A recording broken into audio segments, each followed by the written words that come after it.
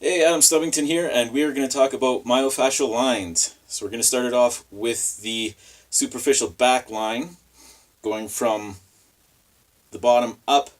It actually starts at the very tip of your toes on the bottom, comes all the way across the bottom,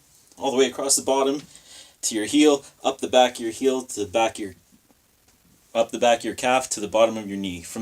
And it stops there, but starts again in just on the sides of your knees, but still the back.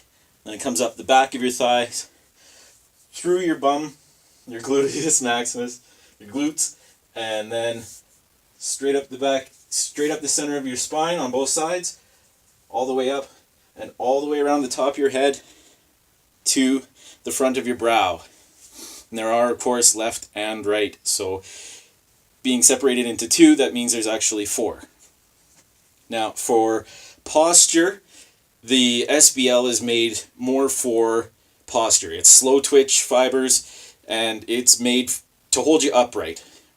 As it says in our readings, when we're born in the fetal position, and we're all crunched over and huddled up, and the SBL is to help us stand up straight and, well, also like it says in the readings, raise our necks.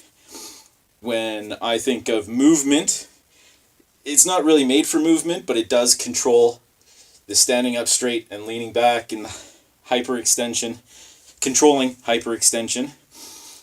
But for movement, I think of something like a swan dive, minus the arms, because your arms aren't part of it. But when you lean all in for a swan dive, that's your SBL and your back flexion. For the superficial front line, SFL, again, it's two lines. It does start at the tip of your toes again. The SFL and SBL are actually joined at the tip of your toes, but there's no real connection there. Like, it's physically joined, but there's no, like it says in the readings, there's no play there.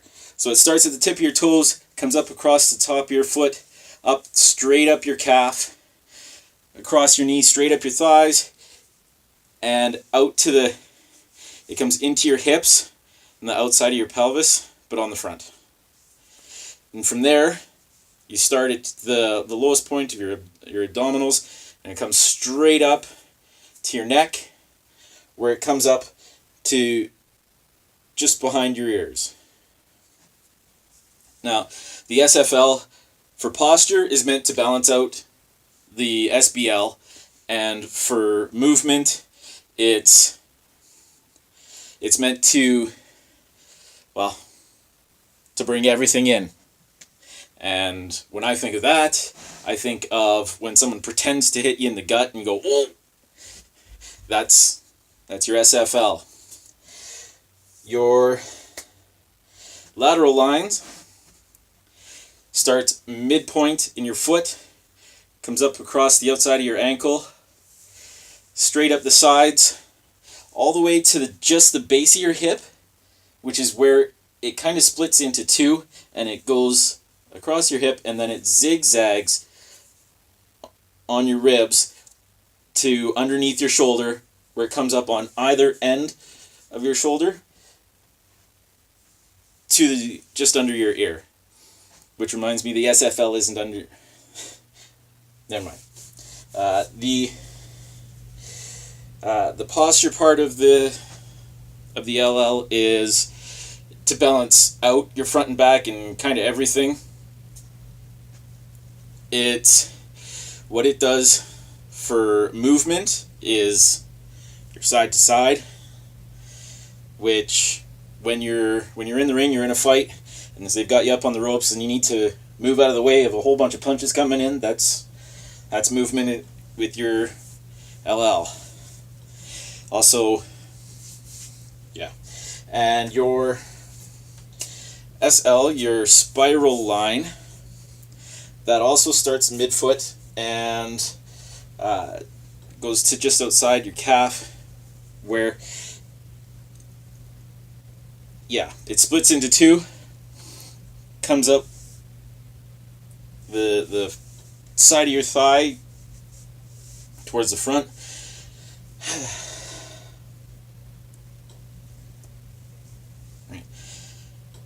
and it comes up and crosses in your abdominal to under your arms, where it comes up to the back, just under, across the neck, and to the base of the skull.